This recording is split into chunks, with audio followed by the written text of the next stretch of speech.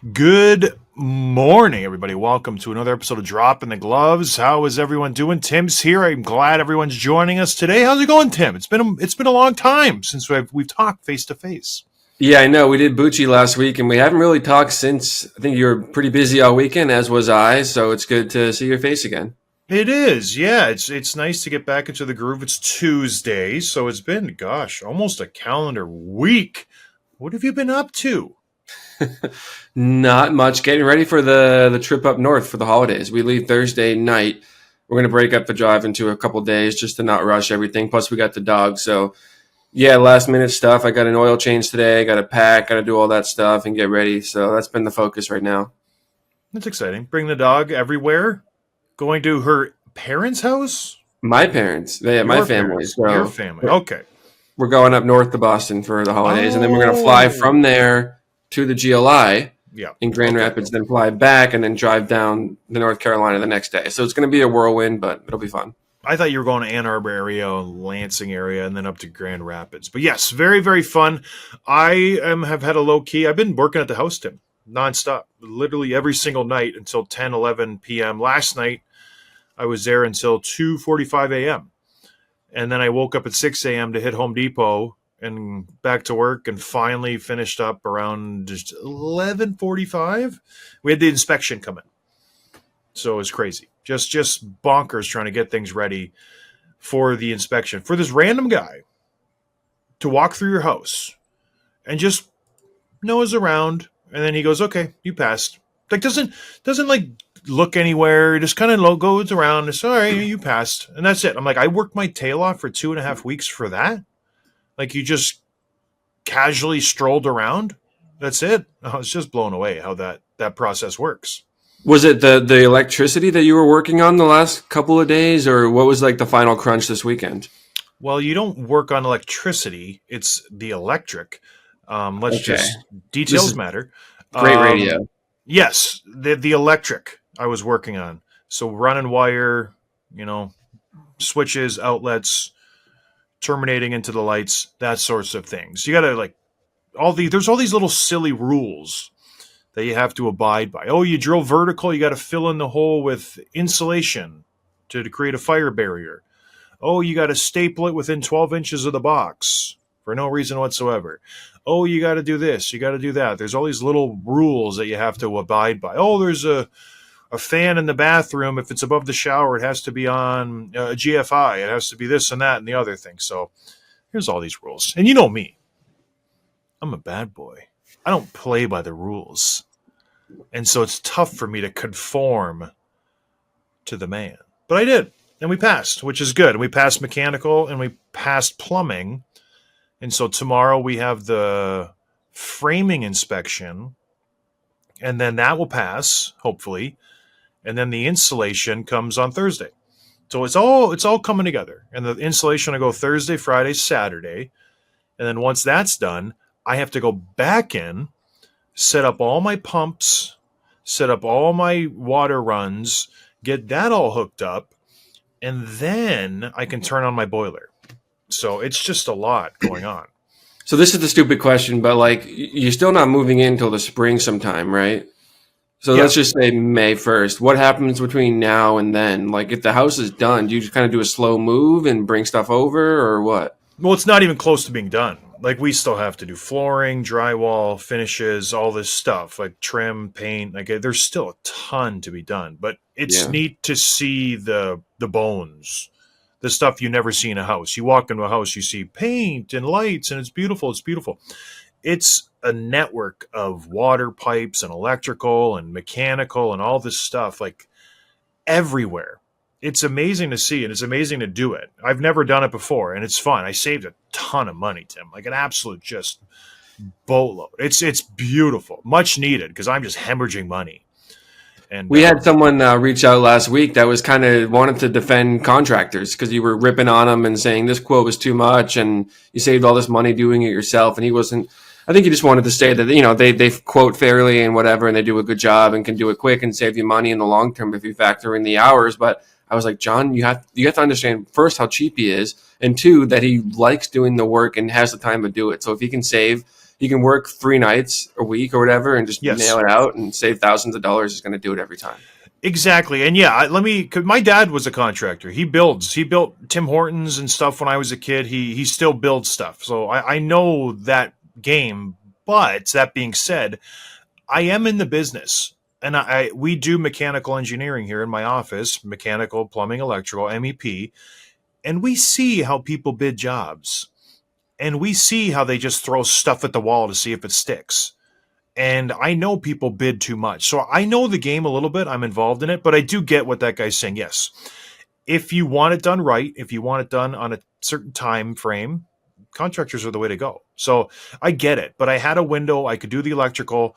And when the guy quotes you 30 grand and I'm sitting there going, I could wire it myself for probably 8. And then you do it. And it's like, okay, feeling pretty good. Can I pat myself on the back, people? Is that okay? You're coming at me with pitchforks all the time, Tim. Get off my back. Feeling pretty good past the inspection.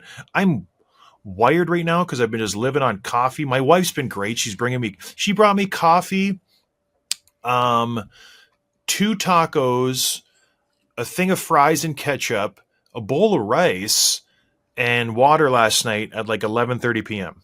It was so nice. Beautiful. And today she brought me 2 bacon and ham breakfast sandwiches at like 9. Beautiful. Does she drive from your current house to the new one? Yeah. It's too far of a walk for her. So, yeah, we drive. We're lazy. We're fat. Yeah. But anyways, should we move on, or do we want to talk about my building prowess a little more? Well, people do like that, but I want to talk about the Buchacross interview. Ooh, Bucci. that we did last week. I thought it was great. I knew who he was. Obviously, we all did, and we know that he knows his stuff. And we didn't really give him any heads up, except for like a minute before we turned the mics on. We're kind of like, hey, we have all these questions. We're just going to run through them, and he nailed it. He was very like go with the flow, and he thought of all this stuff on the fly, thoughtful answers, and clearly knowledgeable. So I thought it was awesome. You can tell the difference between like a hockey commentator, like we are, versus a pro. Like he is a pro. He went to school for this. He is well versed. He knows everything, and he knows how to get a question and respond to it intelligently and like carry an answer. Versus guys who you ask a question, they go, "Oh yeah, no, yeah, that works," and it's just a short answer. It was great. It was super, super interesting, and it wasn't these cookie cutter canned answers. I liked it. I remember growing up watching this guy. Like it was kind of neat talking to him. Well, yeah, and I think guys like that are able to like fill the air with a response while they're thinking about how they actually want to respond to the question. Stuff like, "Oh, what a great question! I was thinking about that the other day." And while he's saying that, he's not even thinking about the word. That's just filling the air with like the broadcast while he's thinking about how he's going to answer the question. And it's all seamless. And guys like us are kind of like, let me think about that type of thing. And don't lump me in with you. Okay. Don't. Guys like you. I'm a professional, but you're getting there, John. You've come a long way. All right. Moving on. No, he was fantastic. It's always nice to get someone on who knows, they know the game. Because it's just, sometimes everybody, and you know it, the interviews are just painful. And they're hard to listen to, but he was great. It was a great guest, great interview, just a great guy. You can tell why he is who he is and why he is at where he's at. He looks good. He's polished. He has a great answer. He has a good just brain for the game. So it was nice that he came on. It's short notice, too. We messaged him, and he's like, yeah, let's go the next day. It's fantastic. Beautiful, beautiful. Yeah, we're going to have Charlie Roumeliotis on Thursday, the Chicago Blackhawks insider. Greek last name, if I've ever heard one. Great kid. Yeah, Chicago guy. But anyways, let's get to some hockey stuff. My former team, Buffalo Sabres. I grew up watching this team. I'm from St. Catharines, Ontario. I would drive across the Rainbow Bridge. That's not the Rainbow Bridge. Is it the Rainbow Bridge? Yeah, it's the Rainbow Bridge to Buffalo, the old auditorium. We'd be in the nosebleeds. We'd watch the Buffalo Sabres. It was fantastic. They were making the playoffs. They had Pat LaFontaine, Dominic Hasek, Brad May, Rob Ray, everybody. It was the heyday for the Buffalo Sabres. Well, those days are gone, everybody. The Buffalo Sabres have missed the playoffs for 13 straight years. They have been an abject dumpster fire. In those 13 years, there has not even been a glimmer of hope, Tim.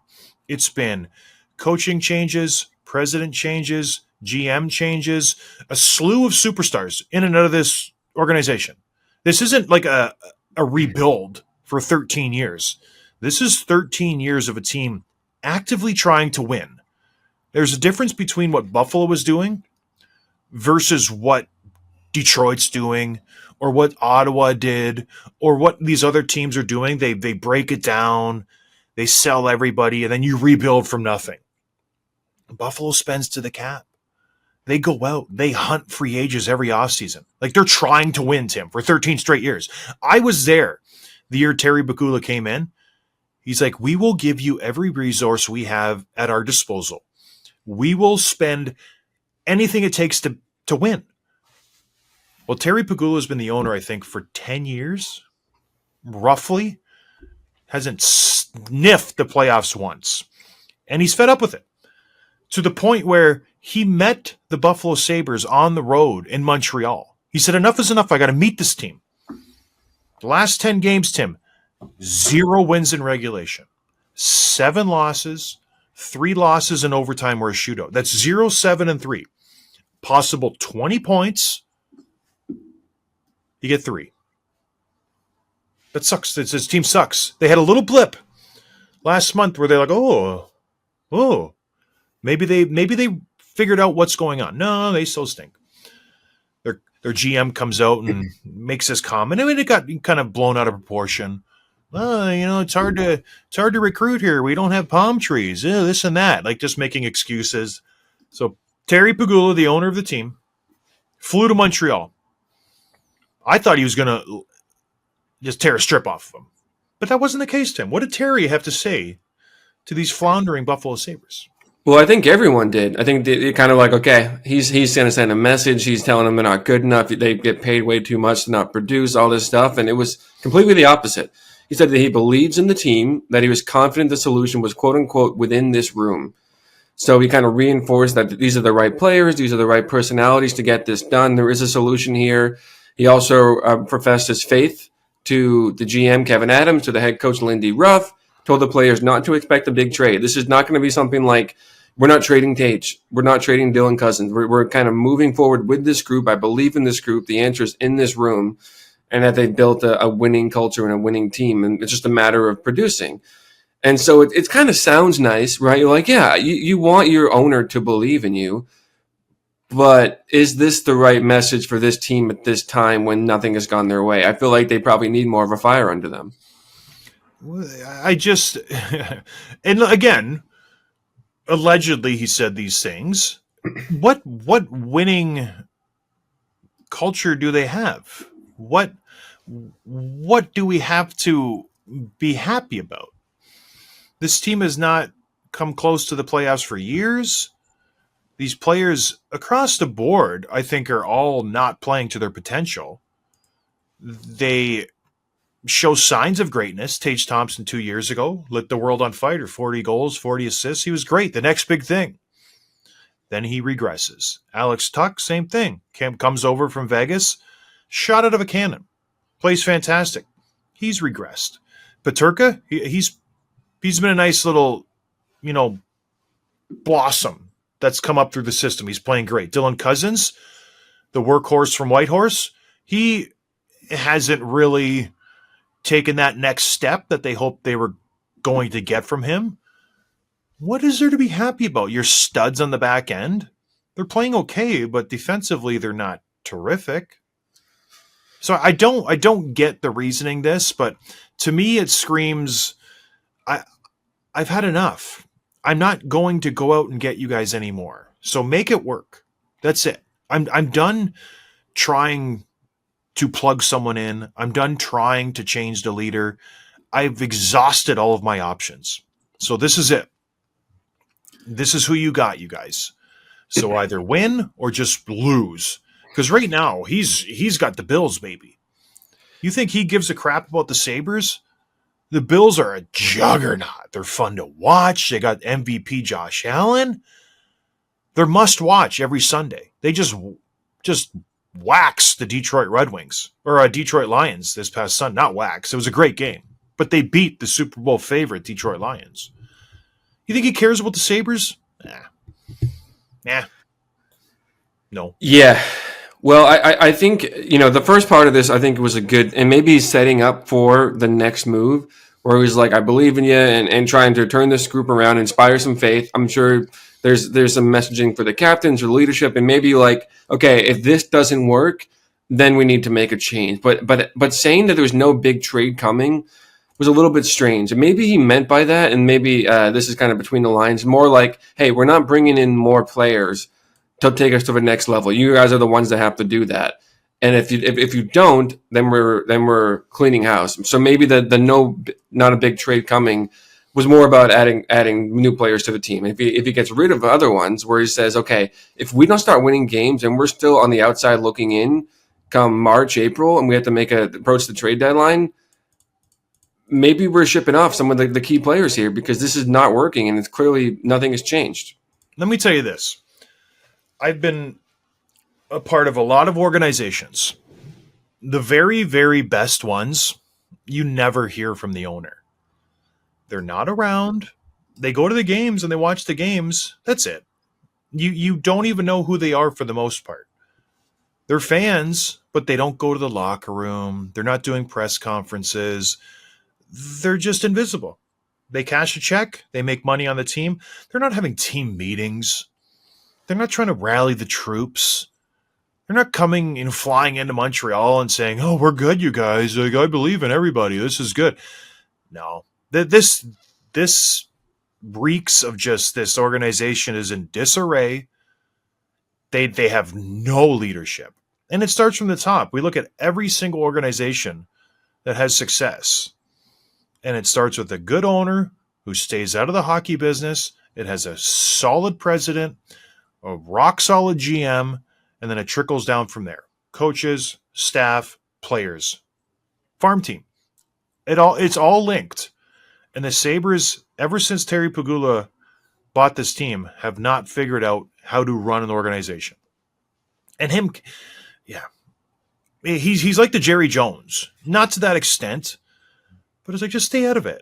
Just pay the salaries, cash the check, because you make a boatload in Buffalo. The area loves the team. They support them to no end.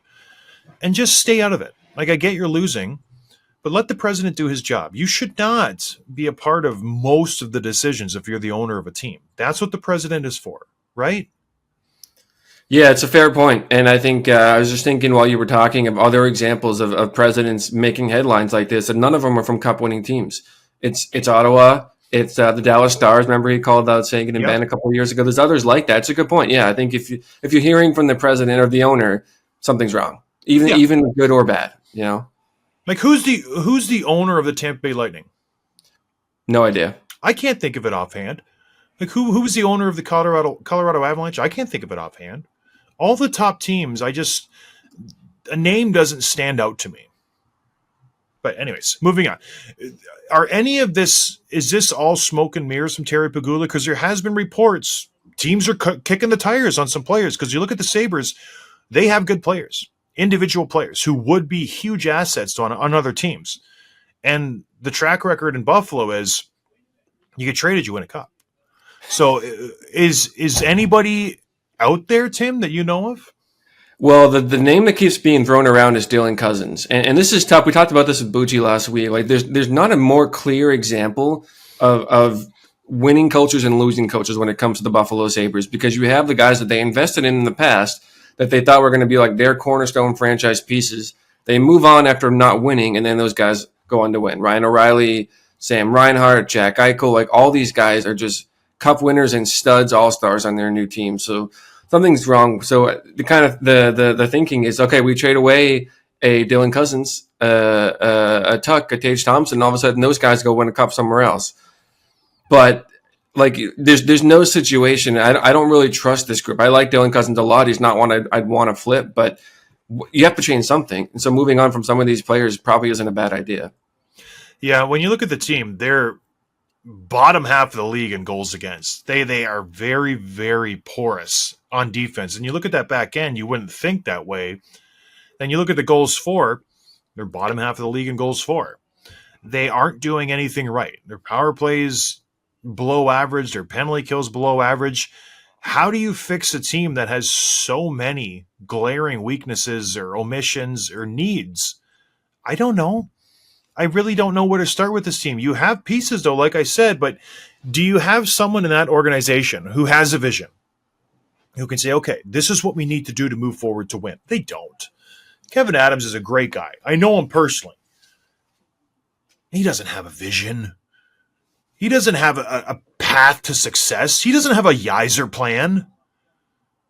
He doesn't. He's just throwing stuff on the wall. See what sticks.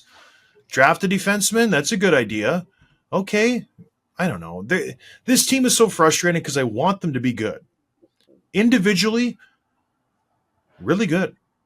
As a collective whole, not so good. The Jack Eichel trade is looking worse and worse by the year, by the way. Jack Eichel is just really terrific. But anyways, I don't see this changing. I don't see Terry Pegula's visiting the team all of a sudden spurring on a winning streak. This team will continue to fail. They will continue to lose. They'll have rare blips where they win 6 of 8, but then they will regress to the team that they are and lose 6 of 10. That's the average. You play 80 games, they lose 6 of 10. So they finish the season 16-40 or whatever it is. That's just who the Buffalo Sabres are at this point. Unfortunately, I want them to win, Tim. I want them to do good. We'll see what comes out of this, but like they said, they said they're not making any major trades. But unlike, on the other hand, the Rangers and the Canucks are both exploring major trade options, if you believe the rumors around the campfire. So let's start with the Rangers. They've won 3 games in their last 13 games. They're now behind Ottawa and Philly. They're on the outside looking in, even for a wild card spot. And Elliot Friedman said, quote, they are willing to consider all options. And this is where it gets really interesting. Steve Dangle reported that, quote, there was a players-only meeting yesterday, and it was not to discuss Laviolette. That relationship is fine. Their main gripe is Chris Drury. They want him to either change his ways or be gone. So they had a players-only meeting about the GM. They went above the coach. And when guys are not producing and a team's underperforming, you start with the players, and then you usually jump to the coach, where, like, if I'm not performing, I'm not in the right spot, I'm not getting power play time, I don't have great line mates, I don't have great chemistry, I need to figure out some way, and they always look at the coach first. It's strange that players, in the middle of the season, players would have a meeting about their GM to me. So there's a few other parts of the story, but let's pause there for a second, John. What are your thoughts so far? Well, it's, again, just like the Buffalo Sabres, it seems like a trickle-down effect, and I don't hate what Chris Drury is doing. I don't mind what he's done. And it's, what's that? Nothing. I lost you for a second. Go ahead. Oh, it's greasy and slimy, and it's definitely shrewd business-wise, and players don't enjoy that. But it's something he has to do. If the Rangers are winning and they're contending for Stanley Cups, he doesn't do this. You spend to the cap. You have arguably the best goaltender on the planet. You have a great young defenseman, puck-moving in Adam Fox. You have superstar Temi Panarin. You have these players, and you're losing. So what is the GM supposed to do, Tim? Sit on his hands? Well, I think it's less about what he did and more about how he did it. And that comes from the quote from Steve saying they want him to either change his ways or be gone. It's not about like his decision making, although I'm sure that they're frustrated with parts of that, but it seems like maybe the disrespect. So it goes back to Trouba trade last week. Trouba's post-trade comments, apparently, according to Steve Dangle, spoke for the entire room. So his stuff about being cornered, about the threat of waivers, of really being given no choice, I think that's reflecting how the whole team feels about the incident, according to Steve and according to maybe Trouba. He also expects a Kakko trade soon, which we're going to talk about in a second. But here's another interesting one. Players were mad about Trouba and Gaudreau. I saw a stat this morning. I don't have it in front of me. A Rangers record in the last couple of years with and without Gaudreau in the lineup. It's staggering. They won 3 out of 4 with him in the lineup, and they're, I think, below 500 without him, something close to it. But they're also furious about Kreider's name being out there in trade rumors too. So there's some animosity here, and I wonder how much, because he's the only one who really had the sources to report it. So I wonder what's going on here, and if we'll see anything from Drury in response. I feel like you're gaslighting me. I feel like you're trying to get a response out of me because, let me get this straight. The players are upset that the GM is doing his job. The players are upset that they traded away players who were underperforming. Because Goody was good. He was on an atrocious contract. He was the easy one to leave the team. And I know Goody. I'm friends with him. I saw him this year. Great guy. He knows he makes too much money. Jacob Trouba, way overpaid for what he puts out there. So the players are upset that their names are now being thrown about in trade rumors. Oh, no, you're not allowed to trade Chris Kreider or Jacob Trouba. Not allowed. Who the hell runs the team? Who runs the world? Girls. Chris Drury is the GM. Chris Kreider is the player. That's the roles you have. You can be traded, Chris Kreider. Like, I just don't... I think Chris Drury's doing a great job for what he's been dealt. I really do. The team sucks. He's trying to make moves. Everybody has a no-move clause. And he's finding ways to navigate through it. I don't mind it. Yes, it's not great for players, and they're going to have a player-only meeting and go, we don't like this. This hurts our feelings. No crap. It should. You guys stink. You have to start winning, or we have to change. This is just players being sensitive. I don't get it. Well, it's such a new story. All of this is in the last 24 hours, so we'll see what else comes out about it, if anything. But it's not just frustration with Drury, at least to certain players. Kakko was interviewed just about an hour ago by Molly Walker of the New York Post and was asked about him being a healthy scratch tonight against the St. Louis Blues. And he has a few things to say. I'm going to break down each of these. I know you're going to have some fun with them. The first one, Kakko said, quote, haven't been on the ice too much when opponents score a goal. I have not been the worst guy, but that was me out of the lineup. Saying he was probably told something about being a defensive liability or getting scored on too much. Doesn't agree with being a healthy scratch. John? Okay. I'm going to list off some players. I'm just going to list them off. Svechnikov. Line A. Jack Eichel. Sam Reinhart. Alexander Barkov. Gabe Landeskog. Tyler Seguin. Victor Hedman. Drew Doughty. Evgeny Malkin. Bobby Ryan. Jason Spezza. Matty Beniers. What do those guys all have in common? Are those all second overall picks? Second overall picks. Are those guys good players? They're pretty good. Pretty damn good. Kakko. Let me list off some numbers for you. 23, 17, 18, 40, 19, 14. Those are the points you get every year, ding dong. You average in the teens every single year in points. You had the blip where you got 40. Shut your mouth and do your job and produce. He seems like a good kid, but you're just not getting it. Second overall. Not good enough. I'm sorry. Like, this is, it's an epidemic in the league of players expecting things that they have not earned. I should be playing. I don't get scored on at all. You're a second overall pick, bro. You should be scoring. You should be dominating in the offensive zone. You've been 6 years in the NHL. We want to see some progression. We want to see that elite level. It ain't happening. I don't like this. Oh, my gosh. It's just bonkers that the entitlement is through the roof with these guys. He's got 4 goals, 10 assists. Like, what do you... And people are going to say, oh, you don't score any points. I wasn't a second overall pick.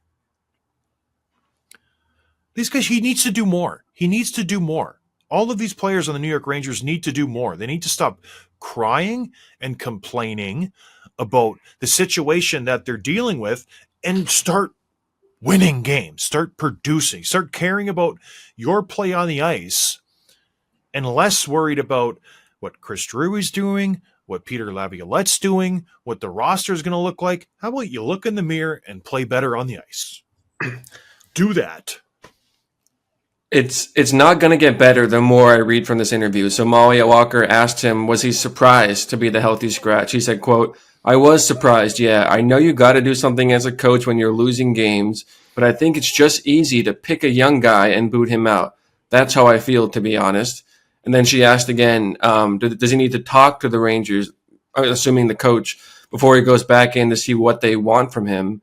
He said, quote, I'm not going to do that. They're going to say if they have something to say, but I'm not going there. Is he just digging himself a hole? Like, is he so far from the John Scott nice list right now? Yeah, like a young guy. You've been in the league 6 years. Yeah. You've played hundreds of games.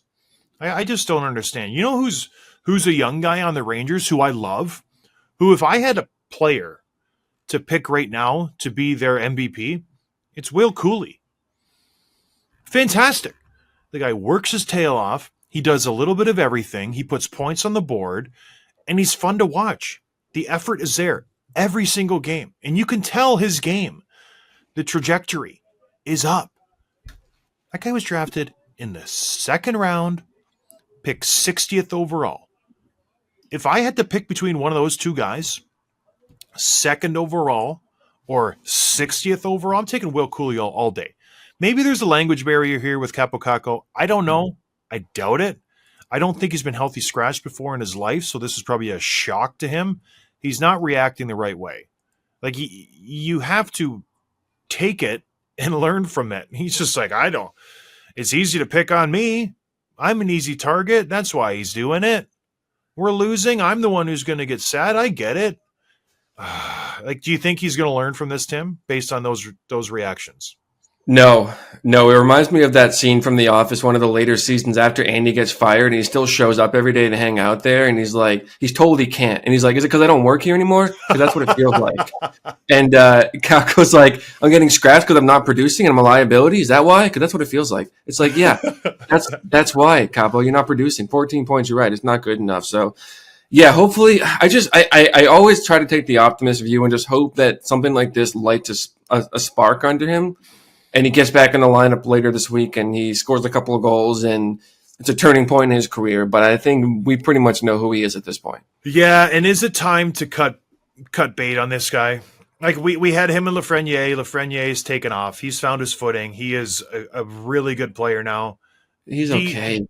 Well, he's not a superstar, but he's found his footing. He's a very good player. He had his coming out party in the playoffs. He's a solid player. Like, he's going to put up 50 points this year. He put up 57 last year. He still hasn't broke out like a number one should. But Kakko has not, and he won't. Are you done with him as a New York Ranger? Yeah, and I think his name has come up a lot in the last couple of days as we approach the winter break and all that. So I could see him getting traded any day now. Speaking of trades, speaking of teams in turmoil, the Vancouver Canucks. They've been spiraling. They're in a wild card position right now, but for a team that, just like the New York Rangers, they're Stanley Cup contenders coming into the season. They are arguably one of the best teams in the league. They should be there. Not so much. What's going on in Vancouver, Tim? Yeah, I mean, they're playing okay. They're in a wild card spot, and I think they consider themselves to be one of the top teams in the West and maybe the entire NHL. So by their standards, they're not playing great, and there's a lot of kind of question asking and even spotlights happening over there, even though they're not nearly as bad of a spot as the Rangers. And so we kind of see the trade rumors circulating them as well, including what Pegula said about Buffalo, that there's no big trade coming. But Elliot Friedman said options are being considered. And he was kind of brainstorming a trade that would involve, from some Sabres and Canucks, Pettersson, Cousins, and Byram.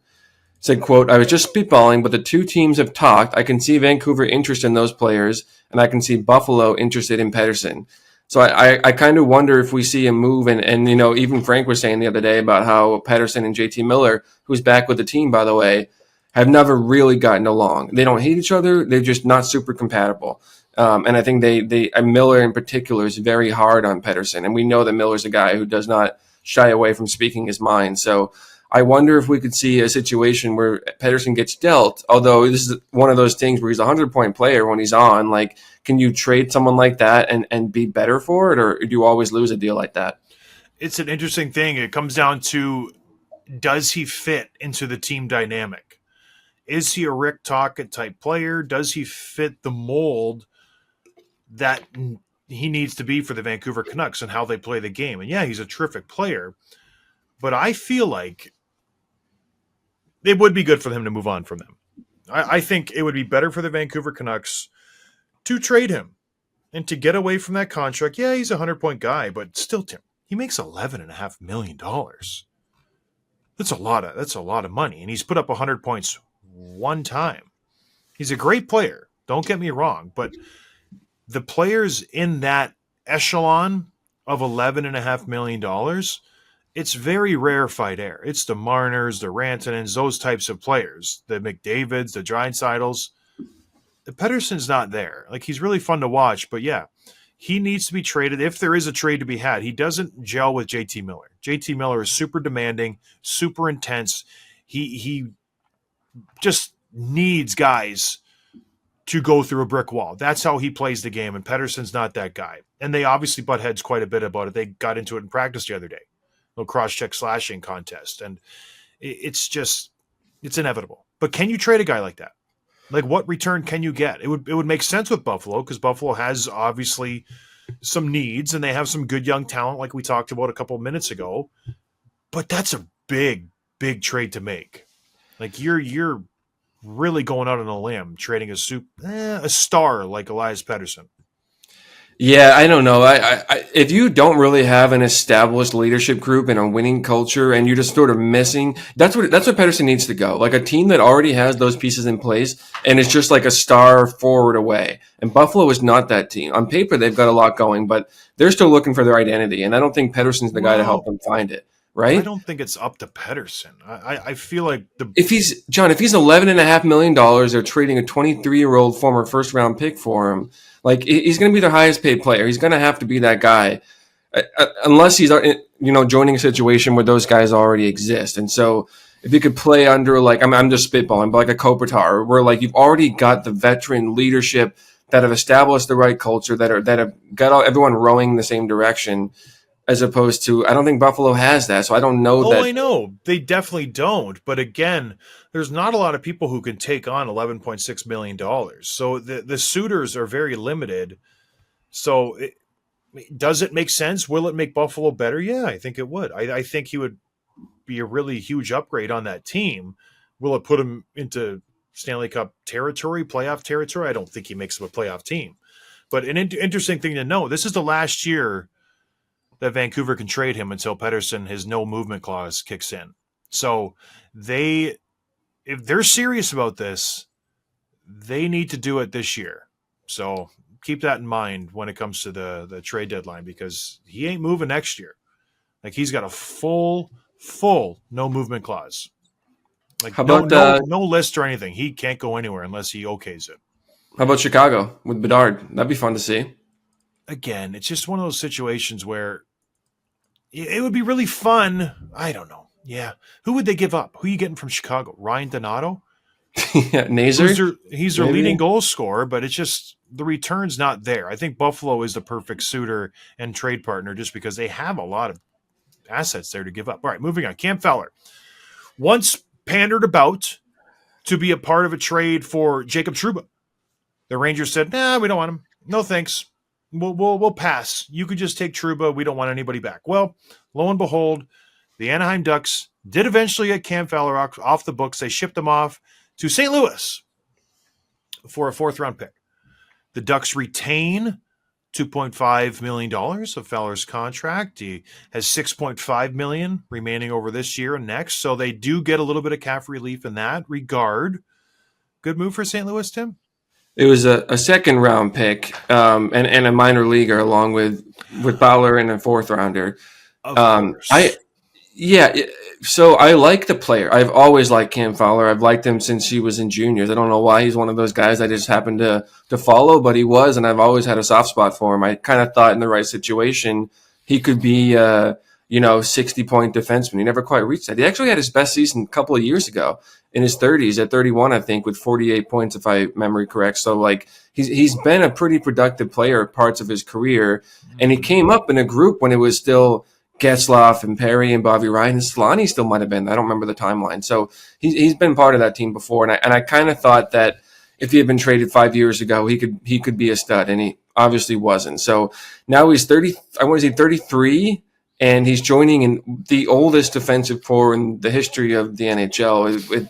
Like, there's not a guy here under 31 in this group at this point. And so Rutherford did say, like, I know we're getting criticized for how old he is and he's joining an old group, but I think he's a great player. He can do a lot of things. So I like to pick up for the Blues. The Blues are a team that you could, if they squeezed into the wild card, they could surprise some people in the playoffs. I like their lineup a lot, and this makes them just a little bit better.